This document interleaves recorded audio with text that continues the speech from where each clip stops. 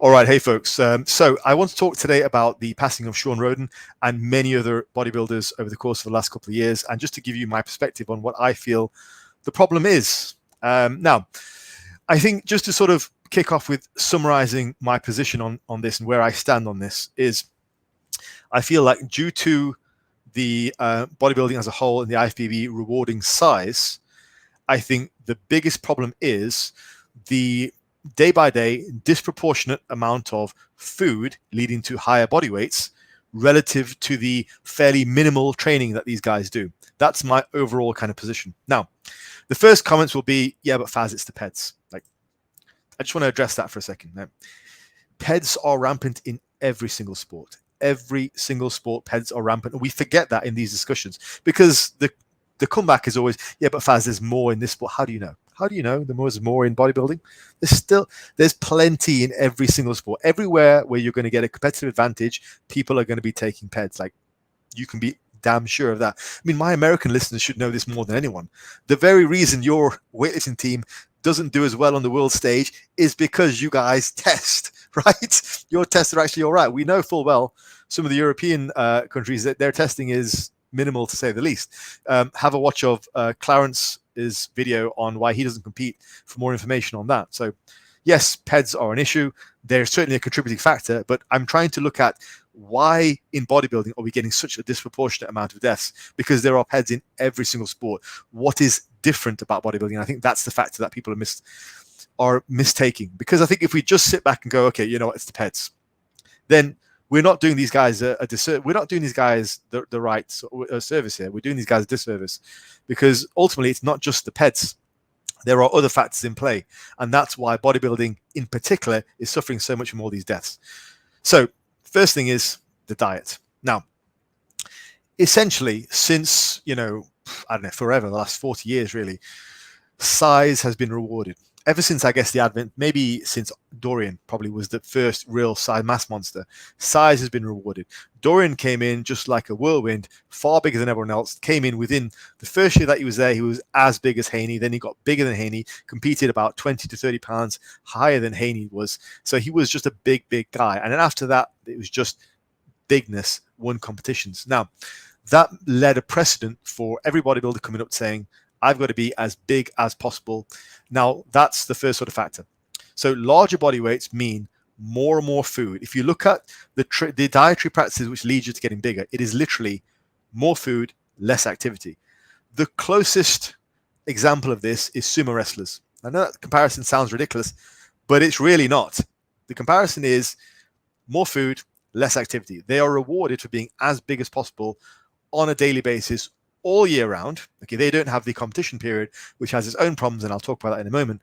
But the closest comparisons would be sumo wrestlers, fairly minimal training, and a lot of food, more and more, over and over and over and over. Now, that's the first thing. If we look at the training as a second factor, now you compare the training of a pro bodybuilder, like a pro bodybuilder, the guy at the top of his game, compared to someone like a pro, I don't know, UFC fighter. Right. Pro bodybuilders training 4 to 5 times a week for an hour, doing 20 work sets an hour. So let's say the hardest day is a leg day, and most of these guys, they have all these memes about, God, leg day, tiring, woof, right? But leg day is literally the hardest day. So let's just take that as an example. They're doing 5 exercises for 5 sets. Probably with the final set being an actual working set. So what is that? It's like 5 working sets. I mean, they'll talk about the feeler sets, the lead-in sets. They'll try and make it sound like fantastic, but really, what are we looking at? We're looking at 5 working sets, yeah? Or whatever it is, okay? If you want to say it's 20 sets, fine, say it's 20 sets. It's still the same. In the overall grand scheme of things, it's still very, very minimal training. And then some of these days, they're just going to be training arms, chest. Now, you compare that to the training of someone like a UFC fighter. They're doing pretty much full body training multiple times per day. I would estimate that a typical UFC fighter getting ready in the 12-week, 16-week lead up to a competition is training more in a day than most pro bodybuilders are training in an entire week. Because if you look at the training, it's very much body part focused because, it just works better, right, for those guys. Body part focus. The hardest day is a leg day, and that's really just once a week. Then they refeed after that because, you got to get in the calories, you got to stay big, you got to stay strong. So we've got here dietary practices which lead to elevated body weights which are continuously high. The sheer quantity of food on a daily basis is far surpasses what their needs are. It's down to getting bigger and bigger and bigger. And on top of that, you have training practices which are really immensely minimal and hardly work the cardiovascular system at all. The extent of most of pro bodybuilders' cardiovascular efforts are really just walking or the step mill. Like, that's about as hard as it gets, right?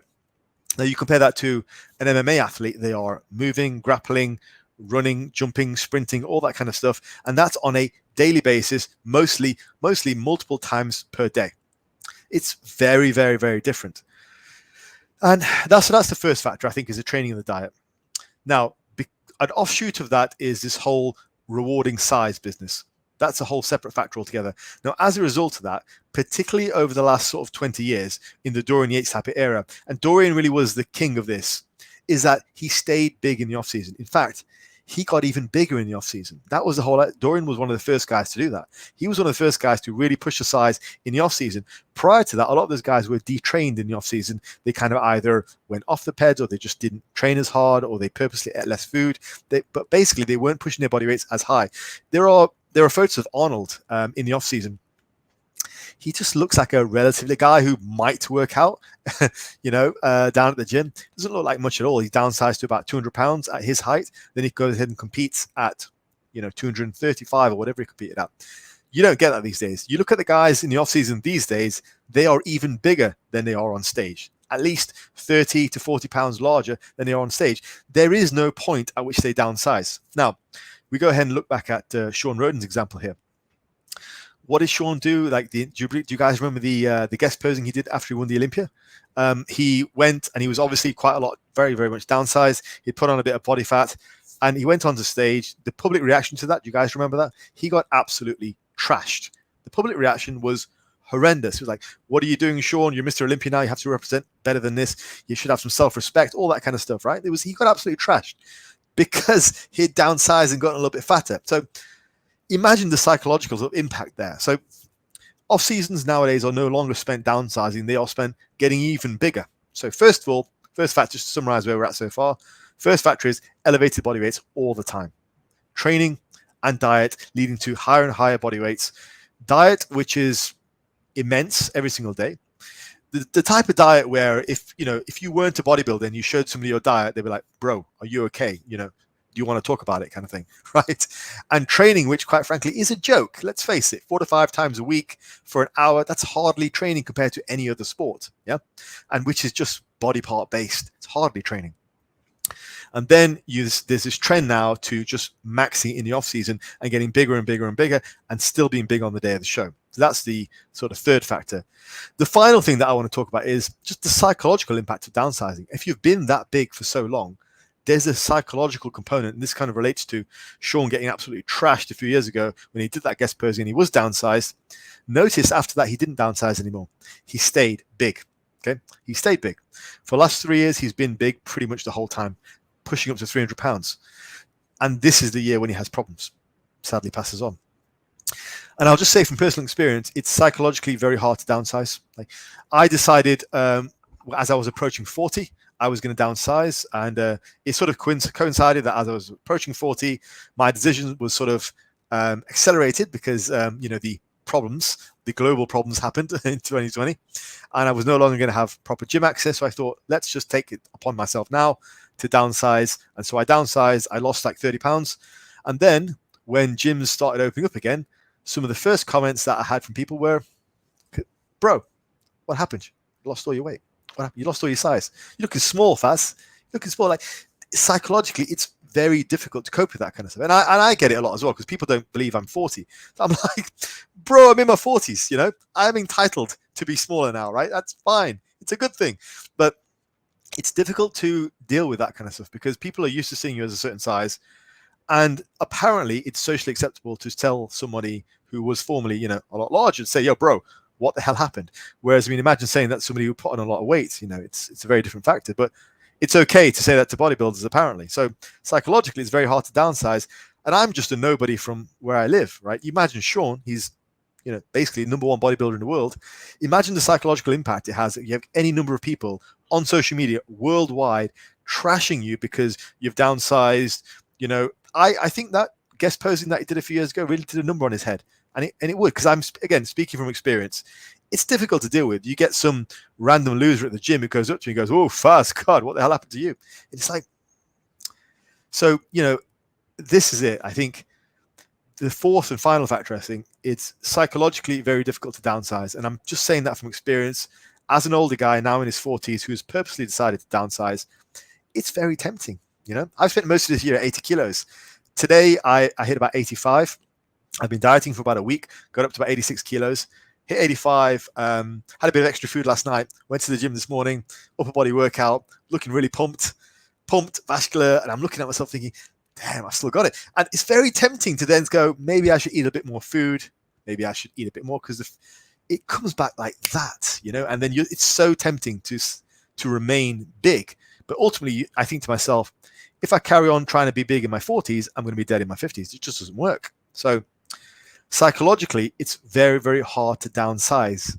One, because people talk crap. And two, it comes back so easily. A bit of extra food, pump up.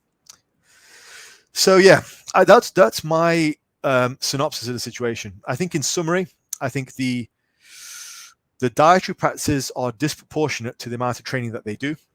On top of that, I think they no longer have any time during the year where they do downsize.